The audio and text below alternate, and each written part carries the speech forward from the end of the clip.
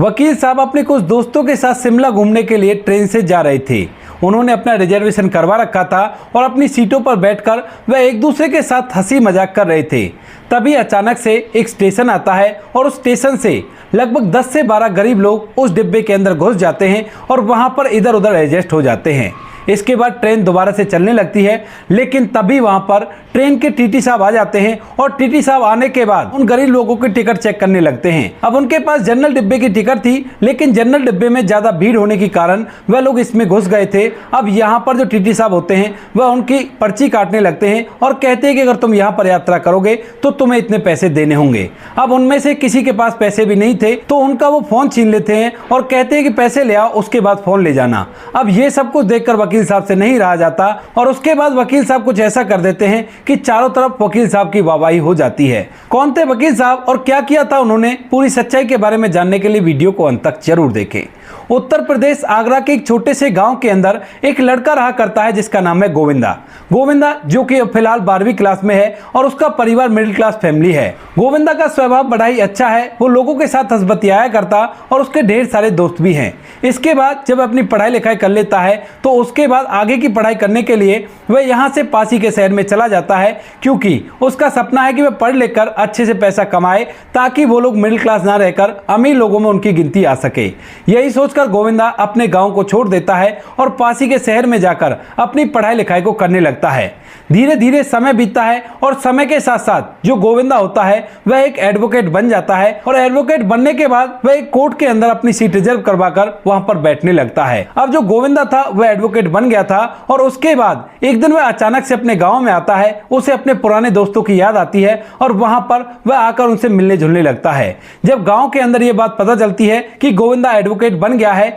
तो कुछ लोग गोविंदा और उसके परिवार से जला करते थे, तो वो लोग फैला देते हैं कि एडवोकेट तो बेईमानी की कमाई खाया करता है और ये तो बहुत बेकार काम है, पैसा भले इससे कितना ही आ जाए लेकिन ये काम बहुत बेकार है, इसको बिल्कुल भी नहीं करना चाहिए। अब इस वजह से गांव के अंदर ये बात आग की तरह फैल जाती है और ये बात धीरे धीरे गोविंदा के उन दोस्तों तक भी पहुंच जाती है जिनसे मिलने के लिए वह यहां पर आया है 2-3 दिन की छुट्टी लेकर। अब जैसे वो उनसे मिलता है तो उसका एक दोस्त उससे कहने लगता है कि यार गांव में तो ऐसी सी बात हो रही है, क्या सच में ही एडवोकेट बेईमानी की कमाई खाया करते हैं? तो वो कहने लगता है कि नहीं यार, ऐसा नहीं है, लोगों का अलग अलग नजरिया है, लोग तो ऊपर वाले को भी गालियां देते हैं और बुरा भला कहते हैं, लेकिन ये थोड़ी ना है कि ऊपर वाला बुरा होता है, वो तो सभी के लिए अच्छा करता है, लेकिन जिसको उसकी करामात पर शक होता है वो उनको गालियां देते हैं और जिनको उसकी करामात पर विश्वास होता है वो उनको अभिनंदन करते हैं। इसी वजह से लोग ऐसा कह रहे होंगे, तुम लोग इस बात पर ज्यादा ध्यान मत दो। अब इस बात को सुनकर गोविंदा का वह दोस्त चुप तो हो जाता है, लेकिन उसके दिमाग में कहीं ना कहीं ये बात चल रही है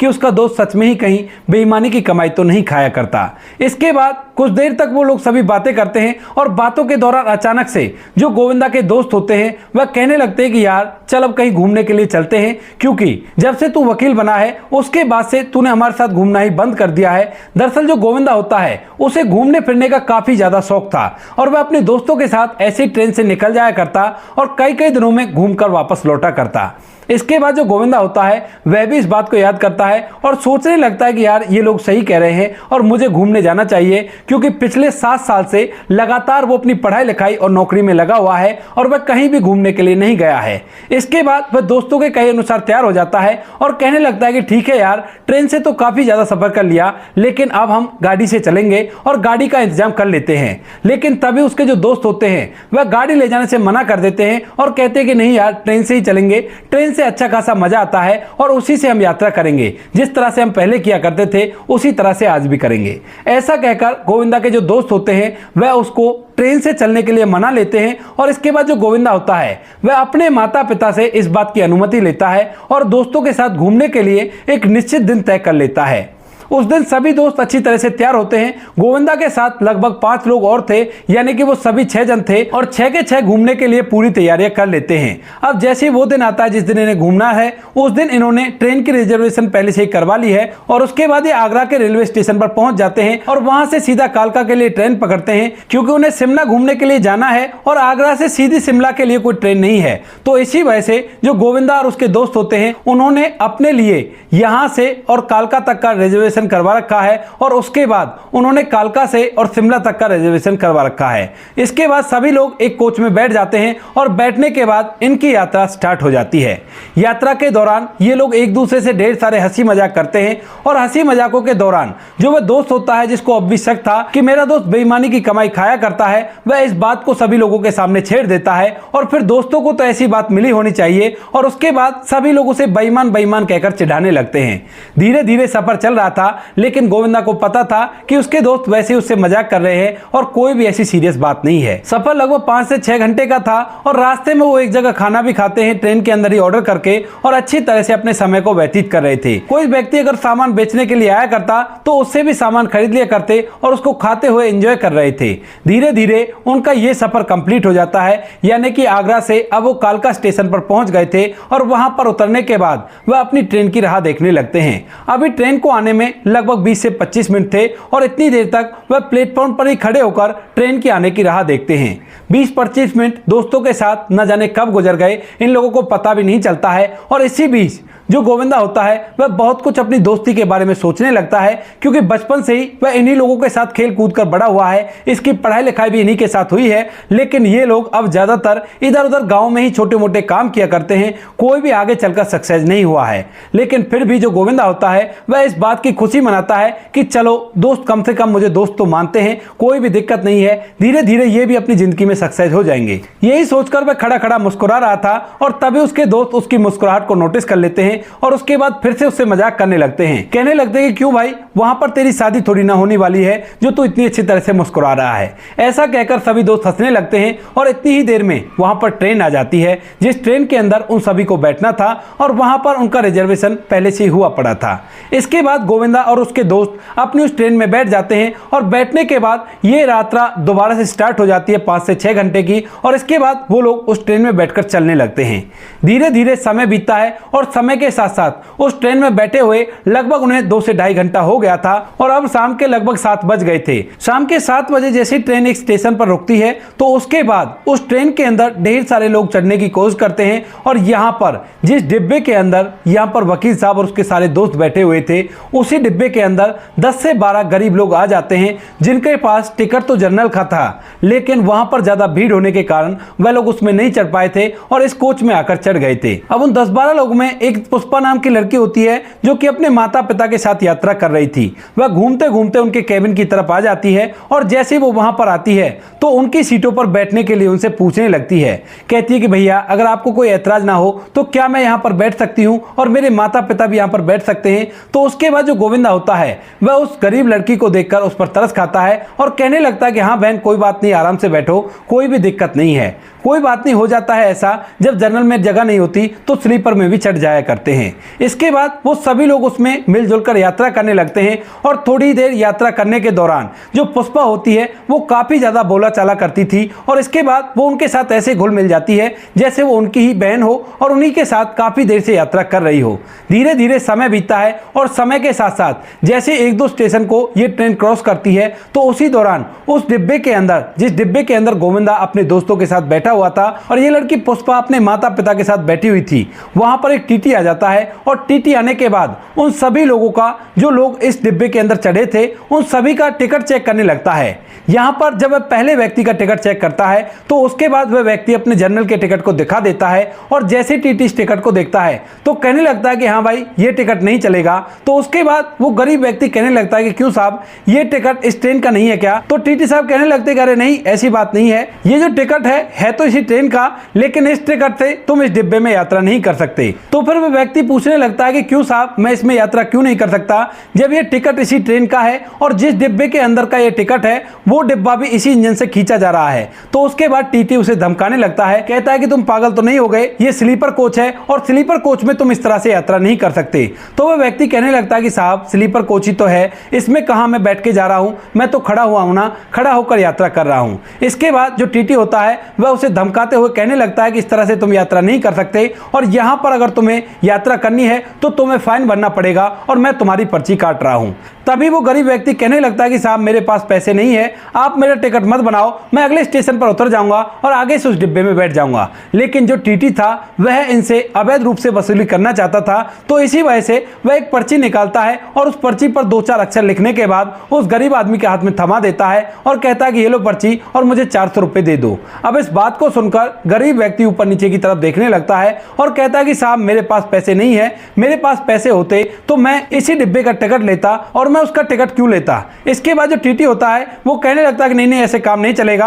अब तो पर्ची कट चुकी है और तुम्हें पैसे देने ही होंगे। ऐसा कहकर जो टीटी होता है उससे पैसे मांगने लगता है और जब वह उसे पैसे मांग रहा था और वह मना कर रहा था तो सभी ट्रेन के यात्रियों का अटेंशन उनकी तरफ हो गया था और यहाँ पर जो गोविंदा होता है वह भी अपनी सीट से उठकर उन्हें देखने लगता है। इसके बाद जो टीटी होता है वह उसका फोन निकालकर अपने पास रख लेता है और कहता है कि ठीक है, जब तुम्हें फोन चाहिए तो मुझे पैसे दे देना और इस फोन को ले जाना। ऐसा कहकर वो आगे की तरफ बढ़ता है और आगे और पैसेंजरों से इसी तरह से अवैध रूप से वसूली कर रहा था। अब गोविंदा जब इस बात को देखता है तो उसे बुरा तो बहुत लगता है, लेकिन अभी वो इस बात के लिए धैर्य बनाकर रखता है और धीरे धीरे जो वह टीटी होता है वह उसी जगह पर आ जाता है जहां पर गोविंदा अपने दोस्तों के साथ बैठा हुआ था और वह गरीब लड़की पुष्पा जो अब तक भैया भैया कहकर इन्हें संबोधित कर रही थी वह भी वहीं पर बैठी हुई थी। वहां पर आने के बाद वह पुष्पा और उसके माता पिता से टिकट चेक करने लगता है और उसके बाद जो गोविंदा होता है उसके सब्र का बांध टूट जाता है। वह उन्हें भी खड़ा कर उनके ऊपर भी 400 रुपए का फाइन लगा देता है और उनसे पैसे देने के लिए कहने लगता है। यहाँ पर जो पुष्पा होती है वो अपने माता पिता की बेइज्जती न चाहते हुए चुपके से उन्हें 1200 रुपए निकाल कर दे देती है, अपना और अपने माता पिता का, और उनसे ली गई पर्ची को अपने पास रख लेती है। अब जैसे ही गोविंदा ये सब कुछ देखता है तो उसके बाद एकदम से खड़ा होता है और वकील साहब को रोक लेता है। उसने एक फोन चालू करके अपने एक दोस्त को पकड़ा दिया था और कहा था कि अब इस टीटी की खैर नहीं है। दोस्त तो उससे मना कर रहे थे लेकिन वो मैदान में कूद जाता है और उसके बाद उस टीटी को धमकाने लगता है। कहता है कि आपकी ये कोई अच्छी बात थोड़ी ना है, इस तरह से गरीब लोगों से अवैध रूप से वसूली कर रहे हो, ये कौन सा तरीका है। आप सरकार के नौकर हो तो इसी तरह से रहो, जिस तरह से काम होना चाहिए उसी तरह से करो, ये सारे पैसे तुम्हारी जेब में जा रहे हैं। अब उसके बाद जो टीटी होता है वहीं पर उन्हें धौंस दिखाने लगता है और कहता है कि तुम्हें क्या पता कि ये पैसे मेरी जेब में जा रहे हैं, मैं इनको पर्ची काट कर दे रहा हूं और जो भी पर्ची कटती है वो सरकार के खाते में पैसा जाता है, बेशक से तुम इस पर्ची को देख लो। अब उसके बाद जो गोविंदा होता है वह फौरन से पुष्पा के हाथ से उस पर्ची को लेता है और उसे देखने के बाद साफ साफ जाहिर हो रहा था कि इस पर ना तो कोई सीरियल नंबर है और ना ही इसकी कार्बन कॉपी इस व्यक्ति के पास है। तो वो कहने लगता है कि ठीक है, ये तुम्हारी पर्ची है तो ऐसा करो, मुझे इसका रिकॉर्ड दिखाओ कि किस तरह से सरकार तक पहुंचेगी। कोई तरीका तो होगा इस पर्ची के पैसे को सरकार तक पहुंचने का और किस तरह से तुम इसे सरकार तक पहुंचाओगे। दिखाओ इसकी कार्बन कॉपी कहां है तुम्हारे पास और ये कहां से अप्रूव्ड है ये पर्ची। तुम किसी भी तरह से पक्का बिल इन्हें नहीं दे रहे हो और उसके बाद भी अवैध रूप से वसूली कर रहे हो, और फिर भी जब मैं तुम्हें मना कर रहा हूं इस चीज के लिए तो तुम उल्टा ही मुझ पर चढ़ बैठे। ये अच्छी बात नहीं है और मैं तुम्हारे साथ बहुत कुछ कर सकता हूं। अब जैसे टीटी से यह सब कुछ कहा जाता है तो अब तक तो टीटी इस डिब्बे के अंदर शेर बना हुआ था, लेकिन यहां पर वकील साहब उस पर भारी पड़ते हुए देखते हैं तो इसके बाद वह उसे पुलिस की धमकी देने लगता है और कहता है कि चुपचाप बैठ जाओ वरना पुलिस को बुलाकर तुम लोगों को अंदर करा दूंगा। अब जैसे उसके दोस्त ये बात सुनते हैं कि जो टीटी साहब है वो पुलिस को बुलाने की बात कर रहे हैं तो एकदम से उसे रोकने लगते हैं। कहते हैं कि भाई खामखा पंगा क्यों ले रहा है, अगर ये इसने कोर्ट केस कर दिया तो तू तो वकील है, तू तो जेल काटेगा, लेकिन हम लोगों को तारीख भुगतने के लिए काफी दूर तक जाना पड़ेगा। तभी जो गोविंदा होता है वो कहता है अरे ऐसे कैसे केस कर देगा, मैं हूं ना तुम्हारे साथ, तुम चिंता मत करो। उसके बाद वह टीटी साहब से बहस करने लगता है और कहने लगता है कि हाँ टीटी साहब बुलाओ पुलिस को, मैं भी तो देखूं पुलिस मुझे कैसे अरेस्ट करती है। शायद तुम्हें पता नहीं कि तुम्हारा पला किससे पड़ा है। जिस ड्रेस को तुम पहनकर इस ट्रेन के अंदर घूम रहे हो उस ड्रेस को मैं रोज पहना करता हूं और पूरे दिन भर कोर्ट के अंदर ही बैठा करता हूं। मैं पेशे से एक वकील हूं और मैं भी तो देखूं तुम पुलिस को कैसे बुलाते हो। तुम नहीं बुलाओगे, मैं पुलिस को बुलाता हूं और फिर देखो तुम्हारा मैं क्या हाल करवाता हूं। तुम देश के साथ गद्दारी कर रहे हो, तुम बहुत बड़े गद्दार हो और तुम्हें ऐसा बिल्कुल भी नहीं करना चाहिए। ऐसा कहकर वो टीटी को धमकाने लगता है और जैसे टीटी ये सुनता है कि ये वकील है तो उससे कहने लगता है कि कैसे विश्वास करूं कि तुम वकील हो। तो उसके बाद जो गोविंदा होता है अपना वो आई कार्ड निकालता है जिसे वो अपने साथ ही रखा करता है और उसके सामने लहरा देता है। जैसे टीटी वकील साहब का आई कार्ड देखता है तो उसके बाद एक साथ ही उसकी पूरी अकड़ खत्म हो गई थी और उसके बाद वो वकील साहब से कहने लगता है कि ये लोग अगर अवैध रूप से चलेंगे तो इनकी पर्ची तो काटनी होगी, इसमें मैं कहां गलत कर रहा हूं। यानी कि जो टीटी है वह अभी तक भी इस बात को पूर्ण रूप से स्वीकृत नहीं कर रहा है जो उसे करनी चाहिए। लेकिन तभी जो वकील साहब होते हैं उनको थोड़ा सा गुस्सा आ जाता है और गोविंदा चिल्ला चिल्ला कर टीटी से कहने लगता है कि जितने भी लोगों से तुमने पैसे लिए हैं उन सभी के पैसे वापस लौटा दो, क्योंकि जनरल डिब्बे में बहुत ज्यादा भीड़ है और भीड़ के कारण ही ये लोग इसमें चढ़े हैं। यहां पर कौन सा ये तुम्हारी सीटों पर लेट कर चढ़कर जा रहे हैं, अब ये चढ़ गए हैं तो कोई बात नहीं, नेक्स्ट स्टेशन से उसमें चढ़ जाएंगे, लेकिन तुम इनके पैसे नहीं रख सकते। ऐसा कहकर वह उसे धमकाने लगता है और जैसे वकील साहब इस बार टीटी को धमकाते हैं तो टीटी की हवाइयां उड़ जाती हैं और इसके बाद चुपचाप वह सारे पैसे निकालकर सभी लोगों को वापस कर देता है और उन सभी से माफी भी मांगता है। यह वाकया पूरा के पूरा उसके फोन में रिकॉर्ड हो गया था और जैसे ही पूरी की पूरी वीडियो उसके फोन में रिकॉर्ड हुई थी तो उसके बाद उसने पूरी वीडियो अपने गांव में भेज दी थी और गांव के अंदर यह वीडियो आग की तरह फैल गई थी, क्योंकि यहां पर गोविंदा साफ साफ दिखाई दे रहा था और जो लोग ये सोचा करते थे कि गोविंदा बेईमानी की कमाई किया करता है, उन लोगों के चेहरे पर यह करारा तमाचा था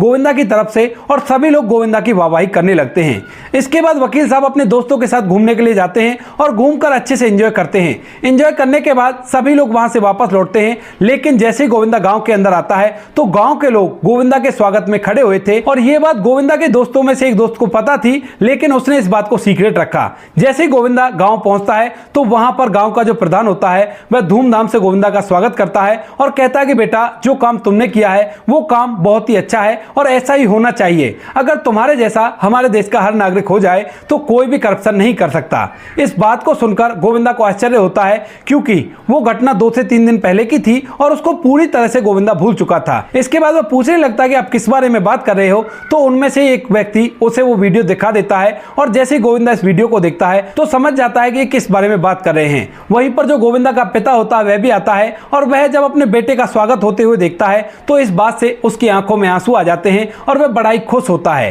गोविंदा अपने पिता को गले से लगा लेता है और इसके बाद उस गांव के अंदर बड़े ही आदर सम्मान से वो जिंदगी फिलहाल भी जी रहे हैं। तो दोस्तों, ये थी कहानी एक वकील साहब की जो अपने दोस्तों के साथ घूमने के लिए जाता है, लेकिन रास्ते में एक टीटी को ऐसा सबक सिखाता है कि उसके गांव में उसकी वाहवाही हो जाती है और जहां पर भी इस कहानी के बारे में पता चलता है लोग तरह तरह से वकील साहब को शाबाशी देते हैं। आप क्या कहना चाहते हो इस कहानी के बारे में? आपकी जो भी राय हो कमेंट सेक्शन में लिख सकते हो, लोगों के साथ शेयर कर सकते हो। वीडियो अगर अच्छी लगी तो वीडियो को लाइक और चैनल को सब्सक्राइब जरूर करें ताकि हमें थोड़ा सा हौसला मिले आप लोगों के लिए ऐसे अच्छे वीडियो बनाने के लिए। इन कहानियों को सुनाने का उद्देश्य किसी को परेशान करना बिल्कुल भी नहीं है। ये कहानी आपको इसलिए सुनाई जाती है ताकि आप लोग इन कहानियों में से कुछ ना कुछ सीख सको और अपने जीवन में उस चीज को अप्लाई कर सको।